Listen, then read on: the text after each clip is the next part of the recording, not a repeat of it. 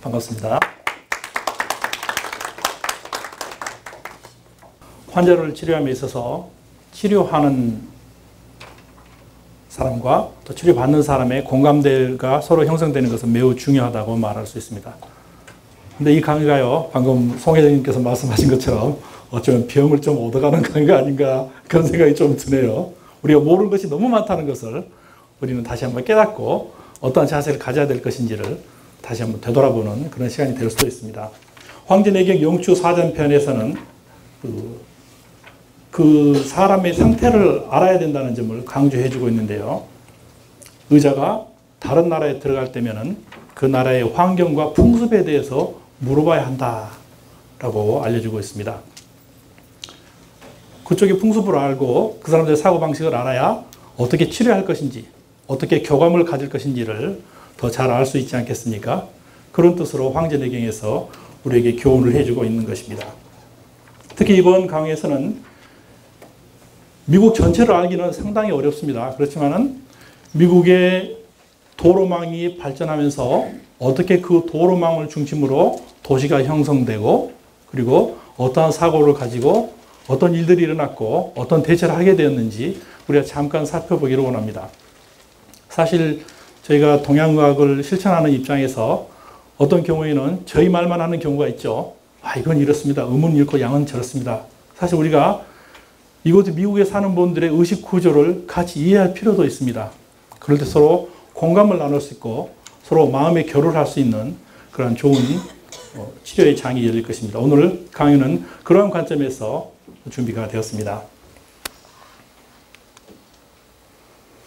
우리가 잘 알고 있는 그 인사말 중에 진지 잡수셨습니까?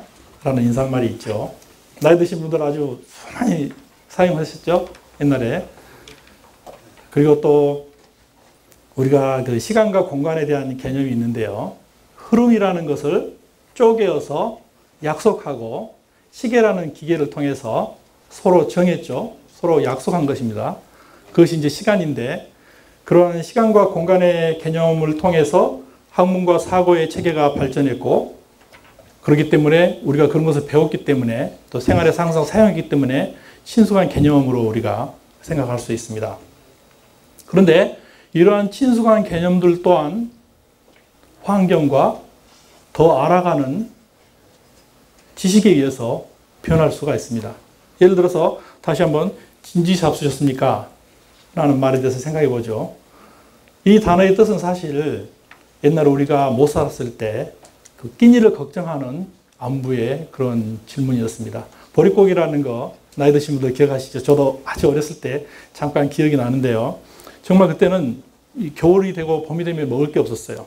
그래서 보릿고개라는 말이 생겼는데 어려운 시절에 아침 드셨습니까? 그런 인사하던 시절이 있었습니다. 요즘의 세대들은 전혀 그런 인사하지 않죠. 그게 무슨 말이야? 네, 국력이 그만큼 발전했고 나라가 다른 나라를 상대하는 그 상황이 바뀌었기 때문에 그런 인사말은 이제 사용하지 않습니다. 대기업 총수들이 모여서 회의를 하는데 어떤 젊은 2세, 3세가 나와서 진지 잡수셨습니까? 그런 인사 하겠어요? 전혀 하지 않겠죠. 마찬가지로 시간과 공간에 대한 개념 또한 마찬가지입니다. 한 가지 예를 들어서 생각해 보면요. 한 1000년 전쯤에는 그 천동설이 있었죠. 지구가 있고 천체가 지구를 중심으로 돈다. 그런 천동설이 있었습니다. 물론 종교적인 도구마가 작용하기 때문에 그런 사상이 나왔었지만은 근데 시간이 가면서 100년, 200년, 300년, 400년, 500년이 흘러가면서 아니야 이건 좀 이상해. 과학자들이 새로운 발견을 하고 증명을 하고 찾아나가게 되었죠. 그래서 그게 아니고 지구가 다른 곳을 여행하면서 도는구나. 지구 자체도 돌고 있구나. 지동설이 자리를 잡게 되었습니다. 그러므로 우리가 알고 있었던 어떤 것, 예전에 과학적인 것처럼 느껴졌던 것들이 사실 시간에 따라서 변해간다는 것. 우리는 과거 역사를 통해서 이해할 수 있고 과연 그렇다면 그런 일들이 지금도 일어나고 있는가 한번 생각해 볼 수 있겠죠. 그래서 오늘의 강연은 그렇게 사고와 옛날에 받아들여졌던 사고와 습관들도 시대적 환경에 따라서 바뀔 수 있다. 그리고 결국 그것이 현재 진행형으로 흐르고 있다 하는 점도 우리가 또한 이 강연의 문맥을 통해서 In Between the Line 통해서 함께 느껴볼 수 있기를 바랍니다. 미국의 역사를 시작할 때 빼놓을 수 없는 인물이 있습니다. 바로 헨리 허슨이라는 분인데, 이분은 네덜란드 동인도 회사 소속의 그 개척자였습니다. 그런데 그분이 1609년에 미국의 맨하탄 베이, 맨하탄만에 닷을 내리게 됩니다. 그것을 기점으로 사실 그분은 그 미국을 발견하려고, 미국에 정착하려고 온 게 아니라 대서양을 통해서, 태평양을 통해서 아시아 쪽으로 진출하기 위해서 그렇게 잠깐 미국에 들렸는데, 그게 맨하탄에 정착한 그 정착촌을 이루는 계기가 되었던 것입니다. 그때 배경을 잠깐 보시면은요, 더치, 그러니까 네덜란드가 그 큰 해양 제국으로서 승기를 잡고 있었죠. 근데 후발주자인 영국이 자기들의 제국을 만들기 위해서 이제 함대를 만들고 다른 나라와 전쟁을 하던 시기입니다.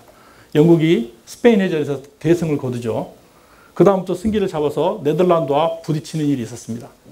4번의 전쟁이 있었고, 결국은 헨리 허슨이 맨하탄 베이에 닷을 내린 뒤로부터 한 70년이 지나자 네덜란드는 그 4번의 전쟁에서 대패하여 결국은 파리협정을 맺습니다. 1784년에 Treaty of Paris. 그래서 파리협정에서 네덜란드는 자신들의 패배를 인정합니다.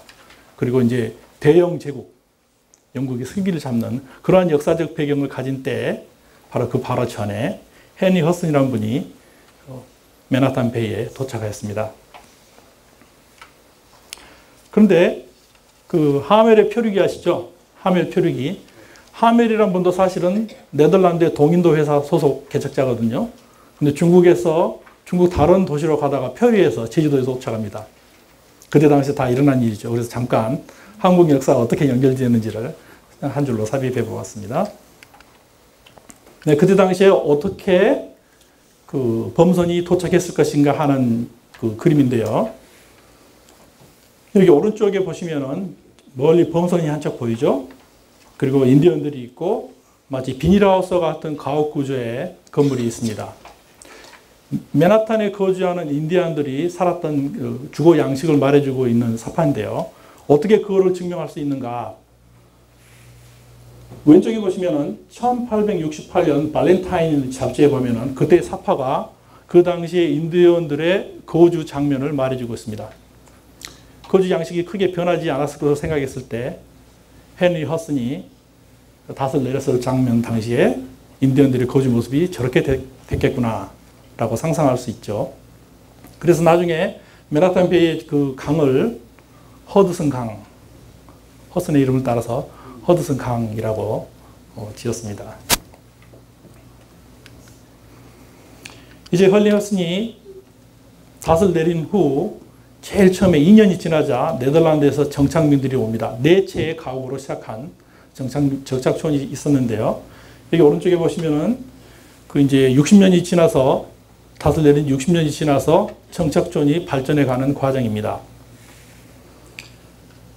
큰 길이 보이시죠? 그게 큰 길이 보이는데 그게 브로드웨이입니다. 그게 브로드웨이인데 뉴욕에서 뉴저지 오신 분들 브로드웨이 잘 아시죠? 지금 이제 영국으로 유명한 그런 대명사가 되었습니다. 근데 이 브로드웨이는 인디언들이 사용하던 그 하이웨이, 그 맨하탄은 그 베이 자체가 습지예요. 습지이기 때문에 가장 높은 곳에 위치한 지역에 길이 만들어졌습니다. 길은 항상 그렇게 만들어지죠. 그래서 하이웨이, 높은 곳에 있는 길.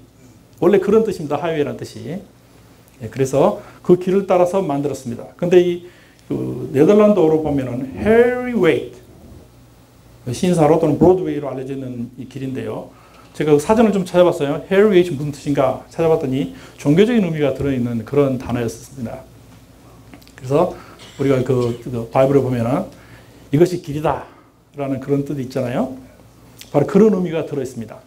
그래서 사실은 네덜란드인들이 처음에 정착했을 때 약 170년 후에 대영 제국에 패할 줄 몰랐죠. 그때는 자기들의 세상이었으니까 아, 이곳이야말로 신이 우리에게 계시해 준 땅이로구나. 그런 의미가 들어있습니다. 그래서 브로드웨이라는 의미가 원래는 그렇게 출발됩니다. 그 다음에 보시면은 가로막아지는 그 부분이 있잖아요. 근데 잠깐 제가 아까 그 역사를 말씀드렸듯이 영국하고 전쟁 중이었기 때문에 혹시 영국군이 쳐들어오지 않을까 그런 걱정을 많이 하던 때였어요. 그래서 그 길을 따라서 이제 성벽을 쌓습니다. 그래서 그게 월스트리트. 그게 월스트리트이 됩니다. 그래서 월스트리트이 그렇게 생겨났습니다. 그 다음에 이제 오른쪽에 또 그림을 보시면은 이제 2배로 확장됐죠. 60년이 또 지났습니다. 그래야 이제 다시 약 2배로 확장된 그 모습을 볼 수 있습니다. 그래서 시간에 따라서 어떻게 도시가 확장되는지 또 그리고 오늘날에는 어떠한 의미로 사용되는지를 잠깐 우리가 살펴볼 수 있습니다. 이제 400년이 지났습니다. 현대 맨하탄, 세계 무역의 중심지로 발돋움한 그런 지역이 되었습니다. 여기 보시면은요, 저 사진 제일 끝에 잠깐 튀어나온 부분이 있는데 제가 다시 돌려볼게요.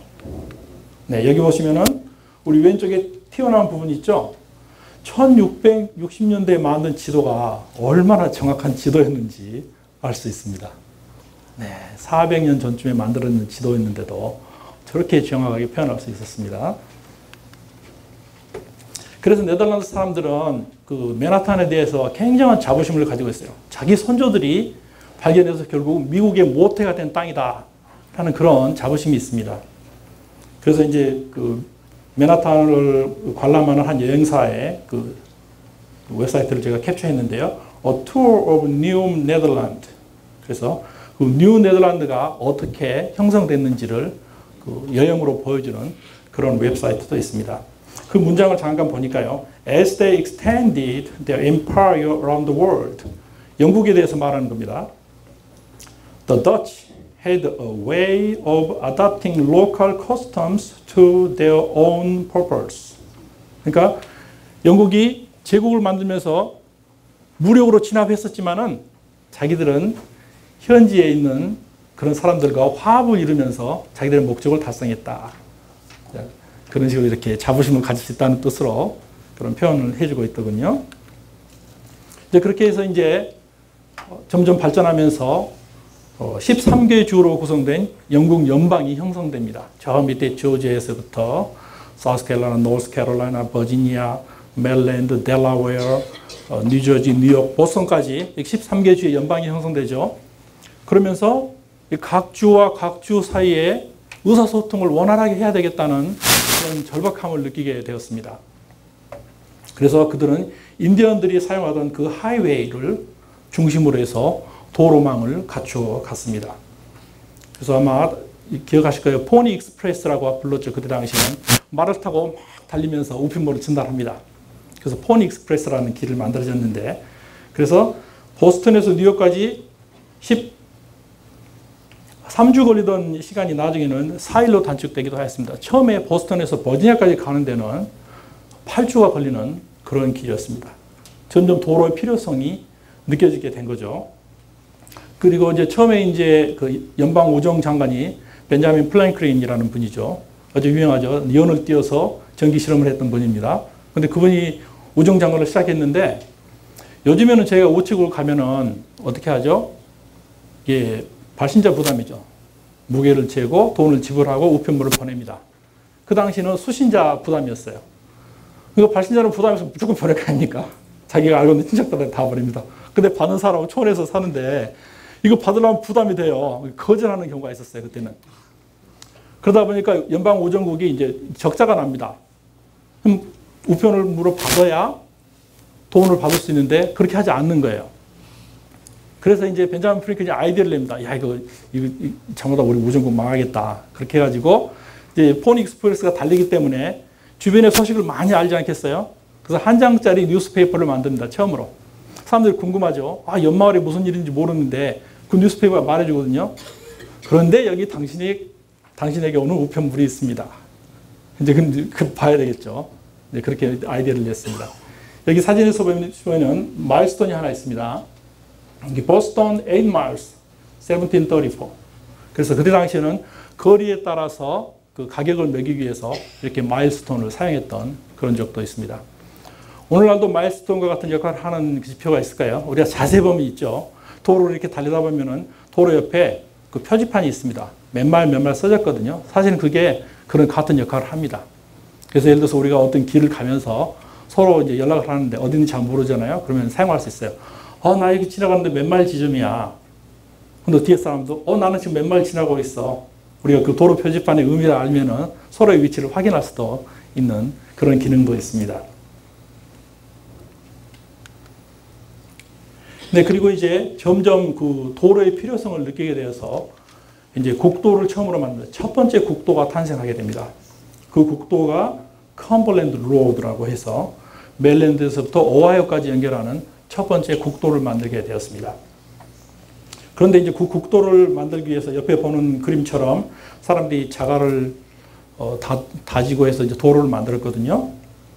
그런데 이 정치하는 사람들 입장에서는 이 도로가 자기들의 정책을 수행하는데 매우 유용하다는 그런 점을 깨닫게 됐어요. 그런 반면에 또 상업을 하는 사람들은 서쪽에 있는 산물들을 동쪽으로 나르는데 아주 유용하다는 점 또한 깨닫게 됐어요. 그래서 정치와 경제의 서로의 그런 이득이 맞아 떨어져서 그다음부터는 많은 도로들이 생기게 됩니다. 그래서 개인 사업가들이 도로 공사에 참여하게 되는 계기가 됐는데 사실 미국의 힘은 도로에서 나온다라고 해도 과언이 아닐 것입니다. 이 넓은 대륙을 수많은 길들이 전부 연결해주고 있거든요. 가장 우수한 도로망을 갖춘 것이 전 세계에서 미국이다라고 미국은 자부하고 있죠. 네, 다음 장면 또 보시죠. 이제 그래서 그런 길을 따라서 사람들이 왕래를 하게 되고 그 길을 따라서 국도를 따라서 상업이 번창하게 되고 대장간, 숙소, 음식점 등 여러 가지 기능을 갖춘 건물들이 발전하게 됩니다. 그렇게 시작된 도로를 메인 스트리트라고 합니다. 우리가 자주 사용하는 단어지만 어떤 의미가 들어있는지 이렇게 잠깐씩 살펴볼 수 있죠. 또 그런가 하면 이제 개인 사업가들이 도로 사업에 많이 뛰어들게 됐어요. 그래서 약 2,500개에서 3,200개나 되는 많은 건축업자들이 이제 도로를 만들고 또 도로를 투자를 했으니까 회수를 해야 되겠죠. 이제 도로 사용료를 걷는 일이 있었습니다. 여기 보시면은 그 오른쪽에 보시면은 게이트가 있죠. 저게 이제 파이크라는 것입니다. 영어로 파이크, 가로지른 대라는 뜻인데 이게 올라갔다 내렸다 하잖아요. 그래서 턴 파이크입니다, 이게. 그래서 그 의미가 턴 파이크가 그렇게 발전된 것입니다. 그래서 여기 앞에 길도 리틀 리버 턴 파이크라고 하죠. 그러니까 언젠가 옛날에는 저런 게 있어서 돈을 받았다는 것이죠. 뉴저지 턴 파이크도 마찬가지 기능을 했던 때가 있었겠죠. 네, 그리고 또 그때 당시에는 이제 도로는 동부에서 먼저 시작했어요. 동부에서 시작해서 이제 서부로 갔습니다. 그런데 그 중간에 특이한 도로가 하나 나왔는데 그 도로가 플랭크 로드라는 건데 1847년에서 1853년 약 6년 동안에 만들어진 도로가 있었습니다. 어떤 도로였는지 한번 살펴보실까요? 네, 플랭크 로드를 기념하기 위한 그런 표지판이 있습니다. 여기 보니까 129마일이나 되는 길의 그 노스캐롤라이나에서 가장 긴 플랭크 로드가 예전에 여기 존재했었다라는 그런 표지판이 있습니다. 실제로 목재를 사용한 그런 도로가 옛날에 있었습니다. 얼마나 많은 목재가 미국에 있었으면 도로를 목재로 깔았을까 생각해 볼 수 있죠. 네, 그 위에 그림은 그때 당시에 이제 외곤인데 말 두 마리죠. 그때 당시 말 한 마리는 그러니까 게이트 톨게이트 지나갈 때 사전이었어요. 말 한 마리 사전이었거든요. 요즘에 200마력짜리 같으면은 428, 8불 정도 하겠죠. 네. 감가상각을 계산하지 않은 것이지만은 그래서 말 한 마리가 사전 정도 할 때입니다. 말 두 필이 끄는 외건에 앉아있는 사람들은 경찰들입니다. 뉴욕의 경찰들이 어떻게 순찰을 했는지 그런 모습도 사진을 통해서 잠깐 살펴볼 수 있습니다. 네, 그렇게 도로가 확장되고 물물 교환이 이루어지면서 이제 도시가 형성됩니다. 근데 도시는 주로 어디를 따라서 형성될까요? 그렇죠. 강을 따라서 형성되죠. 특이한 도시가 하나 있습니다. 우리가 잘 알고 있는 도시인데 그 도시에 대해서 잠깐 살펴보겠습니다. 이 도시의 이름은 뉴올리언스입니다. 우리가 잘 알고 있는 도시죠. 미시시피 강을 중심으로 도시가 형성되었습니다. 저기 약간 검정색으로 보이는 부분은 처음에 도시가 형성되고 나서 나중에 더 발전되는 지역을 표시해 놓은 것입니다. 화가가 그렇게 표시했는데요. 근데 2005년에 카트리나가 루이지애나, 뉴올리언스 쪽으로 이렇게 북상했잖아요. 그러면서 옹벽이 터집니다. 아이러니하게도 저 검정색으로 표현된 부분에 옹벽이 터져서 다운타운을 완전 물바다로 만드는, 사실 지금도 완전히 복구되지는 않았죠. 그런 일도 있었습니다.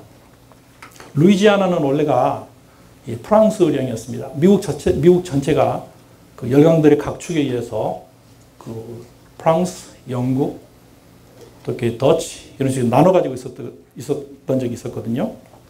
근데 루이지아나, 뉴올리언스는 프랑스령이었어요. 근데 루이지아나는 굉장히 습지가 많습니다. 그리고 악어가 많고 뱀들이 많고 모기가 많고 아니 그런 좀 쓸모없는 땅이었어요. 그래서 프랑스에서는 루이지아나를 어떻게 사용했냐면은 범죄자들을 그냥 거기 풀어놓는 거예요. 이렇게. 그런 목적으로 사용했던 땅입니다. 그래서 이제 프랑스에서 범죄자들은 이제 야 이거 처리 곤란이야. 그럼 우리 제주도로 기한 보내듯이 마찬가지예요. 배 태워서 루이지아나로 와서 뉴올리언스에 내려놓습니다. 그리고 그냥 가는 거예요. 알아서 살아는 거예요. 그런 땅이었어요. 뉴올리언스가 원래 그런, 그래서 예를 들어서 뉴올리언스 환자가 왔는데 당신의 조상이 거기서부터 처음부터 살았네 그거 물어보지 마세요. 그것도 우리가 한 가지 지혜로운 방법일 수 있죠. 역사를 잘 알면 이렇게 조합을 이룰 수 있게 말할 수 있습니다. 근데 나중에는 이제 프랑스 대혁명이 일어나서 전쟁이 터졌어요. 프랑스에서. 그래서 이제 그 다음에는 정치적으로 그 곤란에 처한 또 고위직들이 다 또 다시 와요. 이쪽으로. 그리고 또 그 와중에는 또 무슨 일이냐면은 헤이티는 프랑스형인데 노예 폭동이 일어나요. 그래서 노예들이 탈출합니다. 거기서. 탈출하는데 자기들이 프랑스 말을 하니까 어디로 가겠어요? 루이지아나로 다 갑니다. 그래서 루이지아나는 그런 아주 특이한 도시로서 자리 잡았습니다. 마치 호주가 영국의 범죄자들을 호주에 풀어놨던 것 같은 비슷한 일이 미국 땅에도 있었던 것입니다. 그런데 이 루이지아나는 또 역병이 끊이지 않고 일어난 그런 도시 중에 하나예요. 약 100년이라는 그 루이지아나 역사 중에서 뭐 황열병, 말라리아, 소아마비 그런 각종 질병들이 끊이지 않고 일어났어요. 또 그런가 하면은 태풍이 불어가지고 루이지아나 뉴올리언스 전 지역을 썰어버린 적도 있었습니다. 그러면 또 화재가 나가지고 수많은 목조 건물들을 태워버린 적도 있어요. 또 몇 년이 지나 또 화재가 나가지고 또 태워버린 적도 있어요. 그런데 그런 땅에 왜 사람들이 모여들었을까? 굉장히 중요한 의미가 있습니다. 예를 들어서 우리가 어떤 비즈니스를 이제 다른 것을 할 때 고려해 봐야 할 점 중에 하나이기 때문에 제가 강조를 합니다. 루이지아나에는 뉴올리언스를 중심으로 사탕수수가 아주 많은 곳이었습니다. 그때 당시에는 사탕수수가 큰 수입원이었죠. 사탕수수를 인력으로 재배하기 위해서는 많은 노동력이 필요하죠. 그 농장주의 입장에서는 과거를 묻지 않습니다. 누구든지 와서 일만 하겠다면 다 쓰는 거예요. 그래서 그런 매력적인 땅이었고 갖고 없는 사람들에게는 그래서 그런 많은 사람들이 모였던 그런 지역이었습니다. 그래서 Yellow Fever, Race and Ecology in 19th Century New Orleans 이 책에서는 그런 점들을 잘 알려줍니다.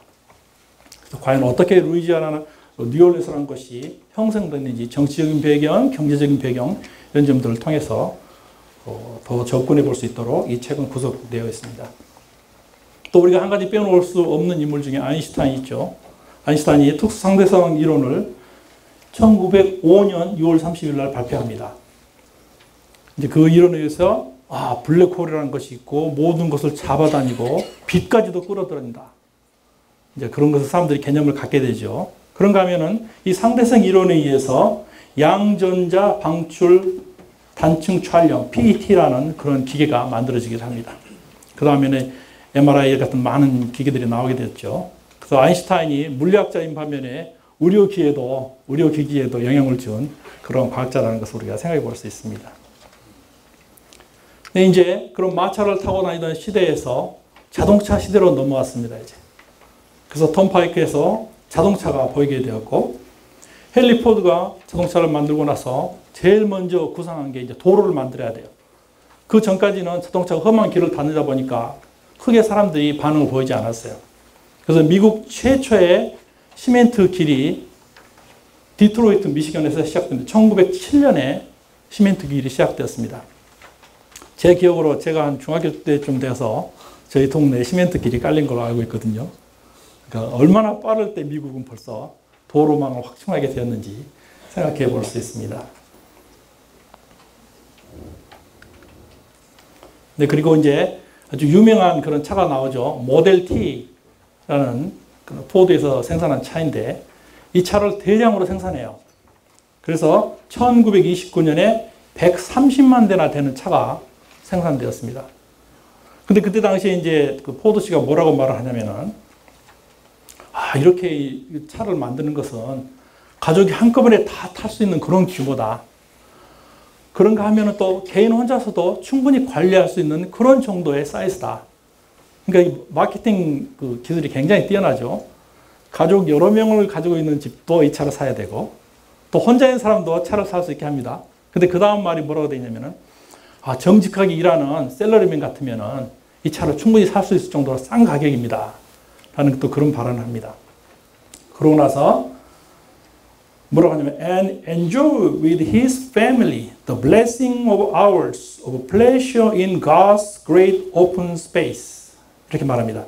그러니까 하나님께서 창조하신 그런 창조물들을 즐길 수 있는 이러한 도구로 사용하십시오. 라는 말을 합니다. 얼마나 클레버합니까? 선전이. 그 당시에는 사람들이 이렇게 종교심이 상당히 많았던 시절이죠. 그러니까 이거는 어쩌면 하나님께서 우리에게 주시는 거야. 한번 사용해봐. 그런 의미가 들어있을 수도 있습니다. 그 정도로 많은 차가 생산되었습니다. 그래서 이제 차가 많이 생산되다 보니까 그 전에 사람들이 가지고 있었던 개념과 차들이 복잡스럽게 다니는 그 도로의 상황이 맞지 않는 일이 생기죠. 마차가 다니고 마차 위에 사람들이 같이 다니는 상황에서 차들이 질주합니다, 이제.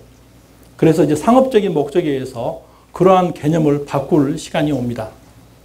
그래서 그 다음에 제이워킹을 금지하는 대중교육이 벌어지게 되는데요. 그 당시 무슨 일이 있었냐면 아마 제이라는 이름을 사용한 사람이 그 복잡한 길을 가다가 사고가 났나 봐요. 이제 그 다음에는 그걸 계기로 막 이렇게 제이워킹 하면 안 된다. 제이워킹 하면 안 된다. 그 제이워킹이라는 뜻은 그런 의미가 들어 있습니다. 여기 보시는 게 그림이 첫 번째 신호등이거든요. 디트로이트에서 생긴 첫 번째 신호등입니다. 근데 이 130만 대나 되는 차량을 생산하다 보니까 그렇다면 모든 가정이 그 차를 샀겠습니까? 그건 아닙니다. 상업적인 목적으로 또 회사들이 많이 구입했는데요. 그래서 그때부터 택시라는 개념이 생겼습니다.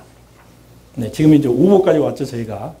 근데 그때 당시 택시라는 개념이 생겼는데, 잠깐 그 동영상을 잠깐 보실까요?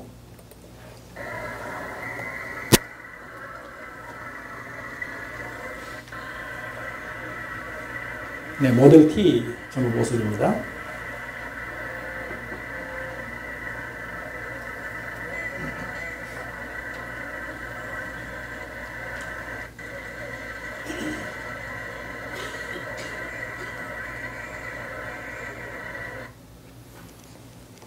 약 100년 전에 뉴욕의 모습이 어떠했었는지 우리가 잠깐 살펴보았습니다.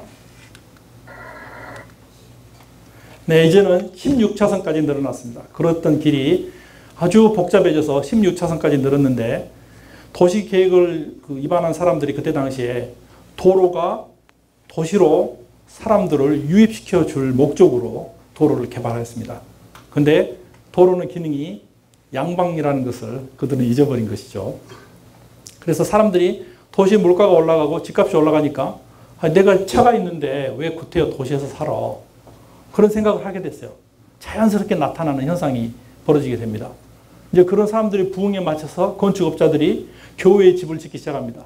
그래서 카운티라는 개념이 생기게 되었어요. 그때부터 이제. 그러다 보니까 사람들이 많이 모이니까 관공서가 생기죠. 학교가 생기고 관공서가 생기고 그 다음에 도시에 가서 샀던 생필품들을 마련할 수 있는 음식점, 데파트먼트 이런 것들이 이제 생깁니다. 그래서 상권이 바뀌게 됩니다. 그래서 도시를 입안했던 사람들이 이거 뭐야? 도로가 우리 쪽으로 사람을 몰고 오는 게 아니라 나눠버리는구나. 걸 느끼게 되었습니다. 그래서 그다음부터는 새로운 도시를 건설할 때 이제 복합적으로 구성을 합니다. 여기 보시면은 뉴욕의 모습인데요. 왼쪽에 있는 것은 브로드웨이에 차가 다니던 시절입니다. 근데 지금 차가 다니지 않죠. 보도로 전부 깔아놨죠. 사람들이 그 휴식 공간을 즐길 수 있는 그런 디자인으로 바꾸었습니다. 그래서 그런 복합적인 공간으로 통합된 의미의 설계가 나오게 된 것입니다. 통합적, integrative라는 그런 개념은 이처럼 의료 분야뿐만이 아니고 어느 분야에서든지 사회적 필요에 부응하여 시나브로하게 아무도 모르게 점진적으로 조금씩 쌓여서 이루어질 때 온전히 그 역할을 수행하게 된다라고 우리가 생각해 볼 수 있을 것입니다. 또 그때 당시에 이제 한 가지 그 일이 있었는데요. 브로드웨이뿐만이 아니라 브레드 라인이라는 것이 있습니다. 빵. 상당히 그 미국이 초창기에 빈곤을 많이 겪었거든요. 그래서 아침에 빵 100을 받기 위해서 길게 줄을 늘어서는 일이 있었어요. 그래서 브레드 라인이라는 그런 단어가 생겼습니다. 왼쪽에 보시는 장면은 뉴욕에서 아침에 41 스트리트에서 아침에 빵 하나와 커피를 가지고 사람들이 먹는 장면이고, 또 오른쪽에서도 사람들이 줄 서서 빵을 배급받는 그런 장면입니다. 이때가 1915년입니다. 1914년에 1차 세계대전이 났고 미국은 결국 전쟁에 참여하죠. 그리고 또 이제 전쟁이 끝났습니다. 1918년 1차 대전이 끝났는데 무슨 일이 일어납니까? 스페인 독감이 유행하게 됩니다. 스페인 독감은 사실 처음에 미국 그 병영에서 발생했거든요. 근데 그 다시 쉬쉬했어요. 왜냐하면 전쟁이 끝난 상태에서 또 역병까지 돌면 얼마나 민심이 흉흉할까 싶어서 감추었었습니다. 그런데 그때 당시 스페인 독감으로 전 세계적으로 통계에 의하면 약 2천만에서 4천만 명이 사망합니다. 엄청난 독감이었죠. 그래서 그런 독감이 지금까지 있어요. 그때 당시에 있었던 독감이 H1N1인데 지금도 있어요. H1N1은 없어지지 않았어요. 지금 오히려 H1N1 그리고 이제 더 독감이 생겼죠. 그래서 지금은 독감 백신을 사가 독감 백신을 맞을 것을 권합니다. 연방의학청에서 그렇게 권해주고 한국에서도 사가 독감 백신을 얼마 전에 개발해서 이제 실제로 생산하고 있습니다. 또 그런가 하면은 불과 얼마 전에 타미플루만큼 빨리 그 효과를 볼 수 있는 새로운 백신을 FDA에서 승인해 줬어요. 조플루자라는 그런 백신이 새로 나왔는데, 근데 이 백신은 한 알에 150불로 책정됐어요. 엄청난 금액이죠. 한 알에 150불. 근데 쿠폰을 가지고 있으면 90불. 그리고 보험으로 처리하면 30불에 그렇게 가격이 책정되었습니다. 그래서 조플루자라는 백신도 지금 나와 있습니다. 2017년에서 2018년 사이에 미국에서 독감으로 사망한 숫자가 8만 명이 이릅니다. 네, 지금 현재 일어나고 있는 일이죠. 2012년에서 2013년 사이에 그때 가장 높았다고 했거든요. 그때 5만 6천 명이 사망했는데 작년하고 올해를 거치면서 8만 명까지 올라갔습니다. 네, 우리가 그런 점도 알면은 도움이 되겠죠. 그리고 또 그때 당시에 또 한 가지 이제 일이 일어났는데 좀 다시 살펴보시죠.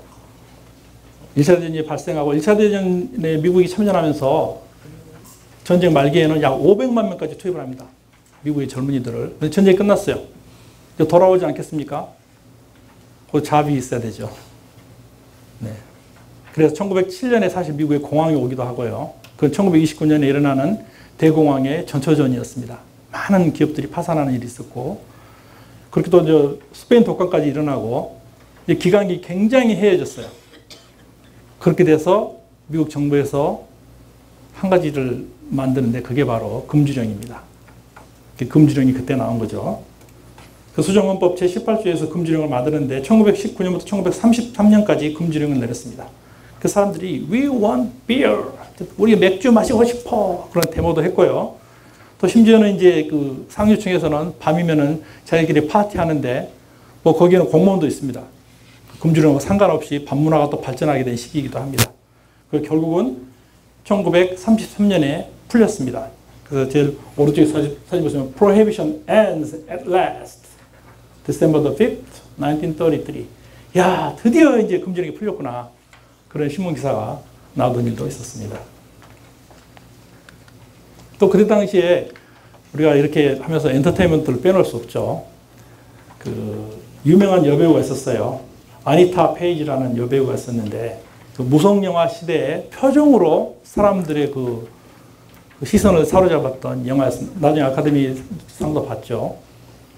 그런 시절이 있었고요. 그때 당시에 옆에 이제 큰 사진은 그때 당시에 상류층들이 사는 밤문화입니다. 밖에서는 그렇게 사람들이 굶어 죽고 브레드라인 빵을 먹기 위해서 줄을 서 있는 방면에 상류층들은 상관이 없어요. 지금도 마찬가지일까요? 네, 생각해 볼 수 있겠죠. 네, 그때 당시에 그 나왔던 그 영화의 한 장면인데 이거 화면이 거꾸로져가지고 제가 돌리지 않겠습니다. 이때부터 이제 미국에서 여성들의 지위가 향상되는 그러한 시기이기도 합니다. 도로가 발전하고 도시가 형성되고 밤에 전기불이 들어오면서 여성들이 안정감을 느껴요. 아, 내가 밤에 나가도 괜찮구나. 그래서 여성들의 지위가 향상되는 그런 일도 그때부터 시작되었습니다.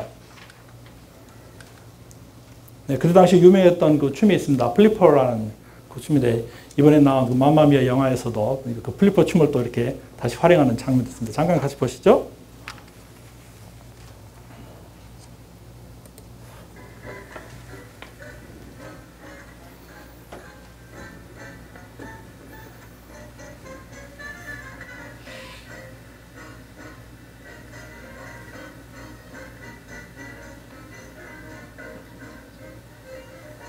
좀 춤이 교양이 있었던 것 같아요. 그때 당시는.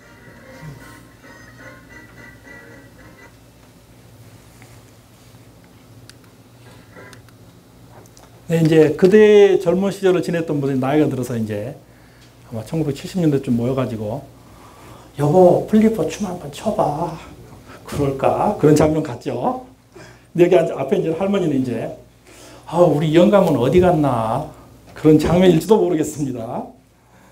네, 그런데 이제 한 가지 궁금한 거는요. 요즘에 젊은이들이 추는 게 무슨 춤이죠? 브레이크 댄스 하죠.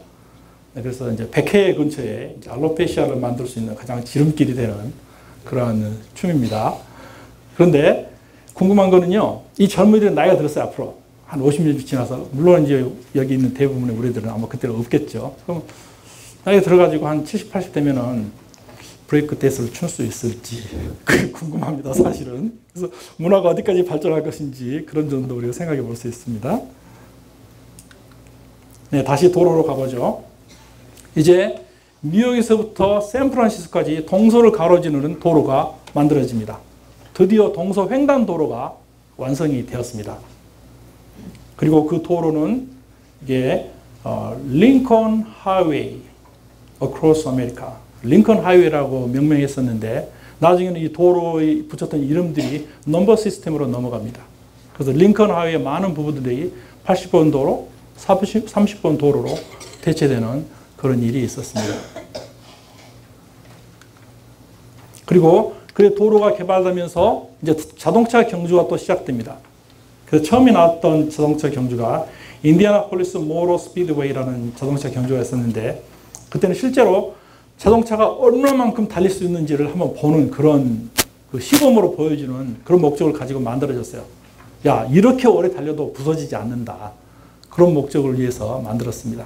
그 나중에 이제 그게 모태가 돼가지고 오른쪽 그림에서 보는 것처럼 인디 500, 500바퀴 도는 그런 이제 게임도 나왔죠. 그래서 우리가 살고 있는 시절에 지금 현재 일어나고 있는 일들이 과거와 어떤 연결이 되는지 우리가 살펴볼 수 있습니다. 이제 뉴저지 턴파이크, 우리 뉴욕 뉴저지에서 오신 분들은 반드시 지나야 하는 그런 곳이죠. 뉴저지 턴파이크의 처음 모습입니다. 1951년에 이제 처음으로 대중을 위한 뉴저지 턴파이크가 열렸다는 점을 광고하게 됐고요. 광고판에서. 그거 한 칸짜리 게이트가 있어서 차가 두 손으로 왕래를 하던 시절입니다.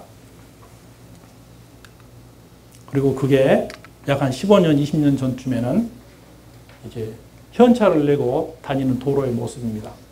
그리고 오른쪽 밑에 있는 거는 이제는 디지털 시대가 되었습니다. 캐시 없이도 카드로 아니면은 디지털 번호를 읽는 박스 있죠. 그걸로 해서 이지패스로 해서 다니는 시대가 되었습니다. 굉장한 변화가 온 것입니다. 이제 지금부터 무슨 변화가 있는지 계속 같이 살펴보겠습니다. 다시 이제 조금 거슬러 올라가 보면요. 제일 처음에 엔진은 스팀 엔진이었어요.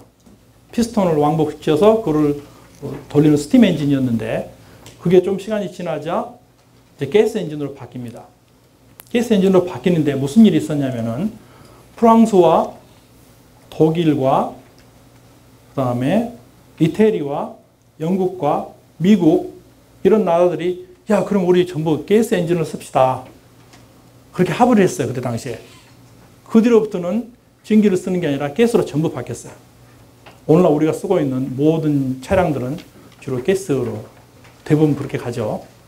그렇게 바뀌었습니다. 그것도 한 가지 변화인데 살펴볼 수 있습니다. 여기 그림에서 보여진 것은 포드에서 그 보여지는 생산 라인이죠. 그리고 1953년에 그 엔진의 새로운 혁명이 일어납니다. 그래서 더 많은 호스파워를 더 간결한 디자인으로 만들 수도 있다라는 개념의 엔진이 등장합니다. 그게 쉐비에서 나온 건데 블루 플레임 엔진이라고 했습니다. 그 엔진을 파란색으로 칠해놔서 그렇게 불렀던 때가 있습니다. 또 보시는 것은 오늘날 우리가 살펴보는 엔진이죠. 그리고 오른쪽에는 이제 엔진이 없습니다. 테슬라의 전기차가 나왔습니다. 시간이 바뀌었는데요. 제너럴 모터스에서는 뭐라고 하냐면요. 앞으로 미래는 전부 전기차다. 그렇게 말했어요. 그런데 볼보, 에스턴 마틴, 제규아, 랜드로버 그런 컴퍼니들도 비슷한 어나운스먼트를 했어요. 앞으로 어떻게 되겠습니까? 그러면은 전기차 시대가 열리겠죠. 잠깐 다시 앞으로 가보죠. 네, 전기 엔진을 쓸까, 가스를 쓸까 했을 당시에 영국, 이탈리, 프랑스, 독일, 미국이 전부 다 동의합니다. 우리 가스로 가자. 그래서 지금까지 우리가 가스를 썼어요. 100년간. 그런 것이 이제는 거기에 있던 컴퍼니들이죠. 이름이 똑같죠. 볼보, 에스턴 마틴, 제규아, 랜드로버, 제너럴 모터스까지 이구동성으로 앞으로는 전기차 시대이다. 그러면 앞으로 어떤 차량들이 도로를 점거할지 우리가 생각해 볼 수 있는 시대에 와 있습니다. 1975년에 한국의 모습은 눈에 익죠. 차장이 이제 밀어가지고 사람을 짐짝처럼 채워서 아침에 이제 학교 갈 때 모습이죠. 2018년 모습입니다. 차장도 없고 디지털 시대가 되어서 사람들이 스스로 계산합니다. 그런 시대가 되었습니다. 네, 교환수라는 게 있었습니다. 오퍼레이터. 안내 어디 타머스 씨 바꿔주세요. 기다리세요. 타머스 씨 누구한테 전화 왔는데 연결해 드릴까요? 연결해 주세요. 제가 다 받아줍니다. 그런 시절이 있었는데 그게 옆에 보시면 기판 하나, 오토 릴레이 하나로 해결하게 됐습니다. 트랜지스터가 발명되면서 엄청난 변화가 오게 된 것입니다. 산업은 지금 굉장한 빠른 속도로 변하고 있거든요. 의료 분야에도 그런 혁명은 지금 일어나고 있습니다. 왼쪽 사진 모습은 심장 개복 수술의 모습인데 심장 수술을 하기 위해서는 가슴을 열어야 하니까 많은 전문가들이 필요하죠. 마취과 의사, 또 레지던트도 필요하고 다른 간호원들이 많이 필요합니다. 그래서 보통 그 한 수술에 적어도 6명에서 7명의 그 전문인들이 수술에 참여해야 합니다. 그런데 이제 그 수술을 로봇으로 대신하겠다는 그런 시도가 있습니다. 이때 그림 보시면은 각 사람들의 손 역할을 로봇 팔이 다 해주는 그런 디자인이 되어 있습니다. 이제 외과 의사가 컴퓨터 앞에 화면에 앉아서 조작을 합니다. 그러면 옆에 있는 로봇 암이 간호원이 도와주면서 수술을 합니다. 그거를 지금 UCLA에서는 UCLA Robotic Surgery Program이라는 프로그램을 통해서 현재 레지던트를 훈련을 시키고 있습니다. 어떤 구상까지 가냐면 제가 그 글을 읽어보니까 예를 들어서 존스 홉킨스가 있으면은 존스 홉킨스 부속병원이 뉴올리언스에 있을 수 있다는 거예요. 그러면은 거기 외과 의사가 존스 홉킨스에 있어요. 그럼 뉴올리언스에서 환자가 누워서 로봇가 수술을 합니다. 앞으로 그런 시대도 올 것이다. 그러면 결국은 존스 홉킨스에서 아프리카에 있는 그런 부속병원에서도 환자를 치료할 수 있는 시대가 온다. 라는 그런 그 시간에 저희는 지금 도착해 있습니다. 그런가 하면 이러한 또 그 오토매틱 자동화되는 것은 건축 분야에서도 많이 일어나고 있거든요. 그래서 3D 프린터 아시죠? 3D 프린터로 집을 짓습니다. 오른쪽에 보이는 집이 최초의 3D 프린터로 지은 집인데 중국에서는 지금 이 3D 프린터 기술을 굉장히 활용하고자 해요. 왜냐하면 중국은 인구가 많고 이 건축이 그들에게 가장 절실한 그 아젠다 중에 하나인데 3D 프린터로 만드는 집이 그걸 해결해 줄 수 있다는 걸 알았어요. 중국에서. 이 가격이 5,000불입니다. 집 한 채. 5,000불이고 짓는 시간은 3일이면 됩니다. 네, 그러면 중국 같은 나라에서는 얼마나 환영하겠어요. 그래서 중국에는 널리고 널게 시멘트 아닙니까? 시멘트로 다 할 수 있어요. 이거를. 골자재 갖다 놓고 시멘트로 벽 쌓으면서 프레임 넣어주고 집이 완성됩니다. 사흘이면 됩니다. 5,000불에. 그래서 앞으로 3D 프린트 기술이 또 이 건축 분야에서 더 많이 활용될 것을 우리는 생각해 볼 수 있습니다. 또 그런가 하면 이제 사람들이 기호에 맞춰서 더 좋은 고급 주택도 이제 3D 프린터로 나오고 있는 그런 시대입니다. 네, 위에 있는 그림은 아마존.com 아시죠? 아마존에서 물건을 나를 때 로봇이 합니다. 물건을 적재하는 것도 실어서 밖으로 내보내는 것도 자동화되어 있습니다. 또 그 밑에 그림은 이제 맥도날드에서 물건을 주문하는 거죠. 메뉴를 주문하는데 이제는 이제 많이 보시죠. 그런 맥도날드들이 많이 늘어납니다. 왜 그럴까요? 시간당 15불 규정을 해놓으니까 이제 대기업들이 야 이거 15불 못 줘. 15불뿐만이 아니라 401k 많은 것들이 따라가죠. 그 다음에 야 이거 자동화 가자. 그러면 데모도 없죠. 데모도 없고 불만도 없고 그냥 충실하게 프로그램대로 일을 합니다. 그래서 그런 시대로 가고 있습니다. 지금.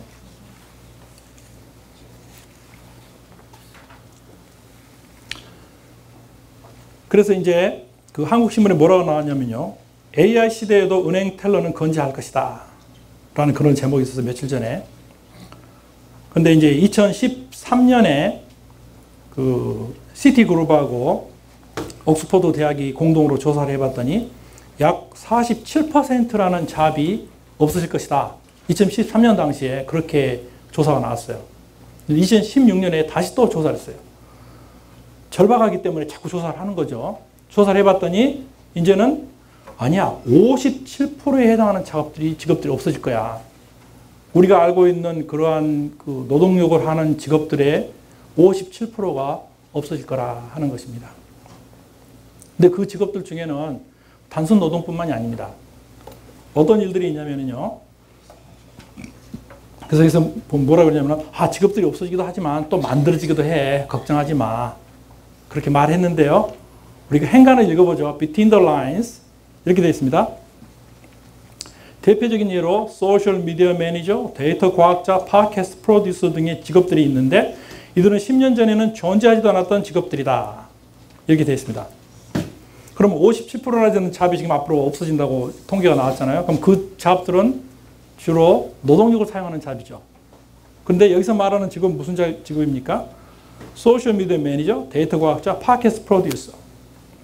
아주 하이리 스킬풀 한 직업이잖아요.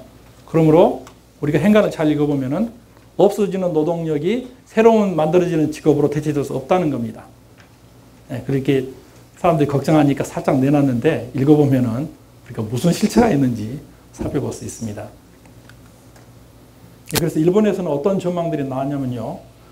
정부에서 대책을 세워야 한다. 10년이 지나면 노동력이 없어질 것인데 정부가 좀 강력하게 그에 대한 대책을 세워야 되지 않느냐. 그런 말도 하고 있고요. 또 그 자동화시키면은 적어도 5배에서 10배 정도는 그 생산성도 높아지고 빨리 작업을 진행할 수 있다. 왜냐하면 밤에도 일을 할 수 있기 때문에 아무 문제도 없고 그런 전망이 나오고 있습니다. 심지어 일본에서 제가 그저께 어떤 프로그램을 봤는데 농사를 완전 100% 전자동화 하겠다고 일본에서 지금 추진 중입니다. 심지어는 계단식 논 또한 기계를 사용할 수 있는 방법을 연구 중에 있어요. 네, 지금 전 분야에서 상당한 변화가 일어나고 있다는 것을 우리는 알 수 있죠. 그런가 하면은 우리가 아까 처음에 시공에 대한 개념을 말했었잖아요. 그런 개념들도 지금 바뀌고 있어요. 아인슈타인이 상대성 이론을 만들고 나서 이제 블랙홀이라는 개념이 생겼죠. 모든 것을 빨아들인다. 시간, 빛까지도 빨아들여서 아무것도 나올 수 없기 때문에 블랙홀 이렇게 했는데 2014년에 그 나사에서 뉴스타라는 그런 텔레스코프를 하늘에 띄웠어요. 그 측정을 해보니까 마카리안 335라는 그런 은하계에서 블랙홀이 있었는데 거기에서 에너지가 튀어나오는 것이 잡혔어요. 여기 사진이 보면은 그런 장면입니다. 에너지가 후 튀어나오는 장면이 잡혔어요. 근데 에너지가 보시면 이게 그냥 튀어나오는 것이 보텍스는 돌아가면서 튀어나옵니다. 아인슈타인도 몰랐던 일이 최초로 촬영이 된 것입니다.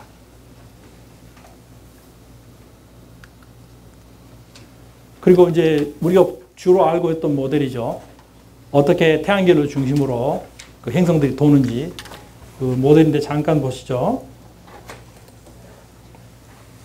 수금주와 목도 천해명이 태양을 중심으로 뺑뺑뺑 돕니다. 그래서 사실 이 모양은 2차원적인 그 모양입니다. 2차원적인 그런 상상도인데 이제 다음 장면을 또 보시죠. 그런데 all the heliocentric model of our solar system이 더 발전해서 생각해야 된다 라는 점을 또 알려주고 있습니다.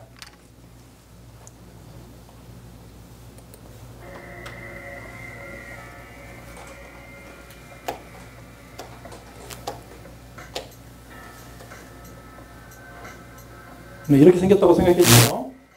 지금 모델이.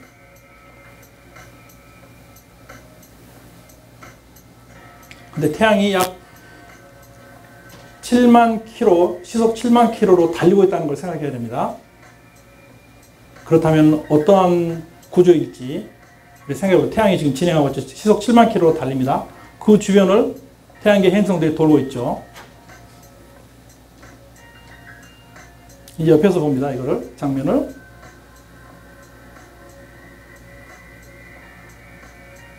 이게 더 정확한 것이다 라고 생각하는 사람들이 있습니다. 지금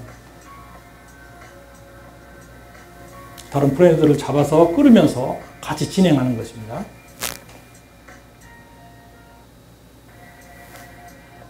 이제 질문하게 보텍스로 볼 수 있는가 라고 말하죠.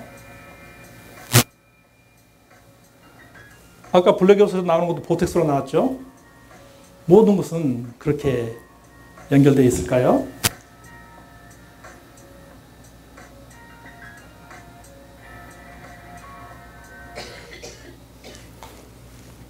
그렇다면 우리가 말하는 기라는 흐름도 어떠한 형태로 존재할지 우리가 한번 생각해 볼 수 있을 것입니다.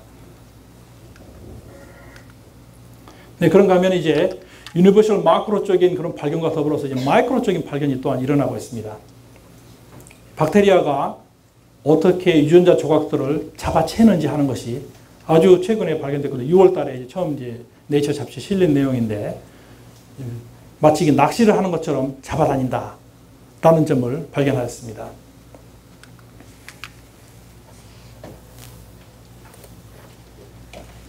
화면이 돌아갔는데 그거 보이시죠? 박테리아가 주변에 있는 그런 DNA 조각들을 잡아당기는 그런 모습이 촬영되었습니다.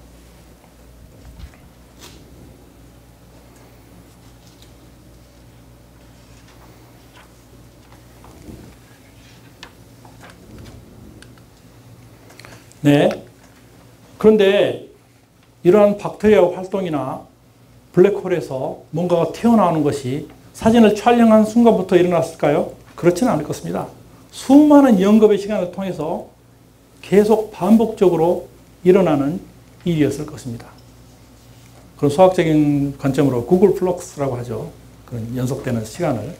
그런 시간 동안에 일어나고 있었는데 저희가 이제 깨달은 거죠. 자꾸 과학이 발전하면서 깨달은 겁니다. 그 점을 우리가 생각해 볼 수 있습니다. 여기 보면 국화가 있습니다. 지금 이제 국화의 계절이죠. 아주 향기가 많잖아요. 매년 피는 국화가 있는가 하면은 옆에 있는 대나무는 100년에 한 번 꽃을 피운다고 합니다. 어떤 대나무 종류는. 그래서 미국의 헨리 허슨이 도착해서 맨하탄을 도착해서 지금까지 이르기까지 이 대나무는 4번 꽃을 피웠을 것입니다. 자연이라는 것이 얼마나 우리의 그 삶과 생각보다 더 넓고 깊은 그러한 흐름을 가지고 있는지 우리가 자연에 나와 있는 이러한 꽃을 통해서도 살펴볼 수 있습니다. 네, 그런가 하면은 이제 1860년대에 일어난 산업혁명 후유증으로 온 도시가 매연으로 가득 차는 일이 있었어요. 그때는 석탄을 떼기 때문에 도시가 그냥 매연으로 가득 차 있습니다. 여기 사진에서 보시는 것은 정말 이렇게 매연이 가득 찼어요. 그런데 그런 현상이 중국, 한국, 일본, 아프리카 등 이제 개발도상국에서 지금 현재도 일어나고 있죠. 그런데 미국은 우리 지금 그런 매연 볼 수 없거든요. 왜 볼 수 없는가? 그게 중요한데 1920년대에 나온 우편졌습니다. 그래서 브루클린 뮤지엄이 보이죠. 거기에서 이제 파크랜드로 파크웨이로 해서 공원으로 가는 길의 모습입니다. 지금은 더 많은 건물들이 들어서 있죠. 그래서 뭔가 우리 휴식 공간이 필요하다. 그런 점을 느끼게 돼서 사람들이 조정을 합니다. 그때부터 이제 혁명이 일어나고 산업이 일어나고 문화가 발전하지만 인간을 위한 조절이 섞이게 됩니다. 생활에. 네. 살펴보신 것처럼 박테리아가 유전자 조각들을 잡아당기고 또 블랙홀에서 뭔가가 튀어나오고 고속도로가 만들어지고 그러한 과정을 통해서도 우리는 서로를 연결하고 생활에서 그 길을 찾아나가는 그런 지혜를 찾아가는 것입니다. 짧은 시간이지만 살펴보신 것처럼 문명은 이처럼 현재 진행형입니다. 그리고 흐름을 계속 유지하고 가고 있습니다. 네, 도시공원으로부터 탈출하게 만든 파크랜드는 여러 다른 공원들을 연결시켜 주었고 또 보스턴이나 시카고 등지에서도 이 모델을 사용해서 자신들의 공원을 새로 만들었습니다. 그리고 파크랜드는 또한 그 미국에서 처음 만들어진 자전거 전용 도로이기도 합니다. 그래서 그런 기능을 수행하고 있습니다. 네, 그래서 이처럼 길이라는 것은 사람과 차와 도시를 연결해 주었고 또 길은 물과 같아서 그 갈 길을 찾아갑니다. 전통과학, 대체의학, 전인진료, 그리고 통합의학이라는 개념 또한 발견되고 있는 증거들과 발전하고 있는 사상과 더불어 흐르는 물처럼 인류와 함께 그 갈 길을 찾아갈 것입니다. 감사합니다.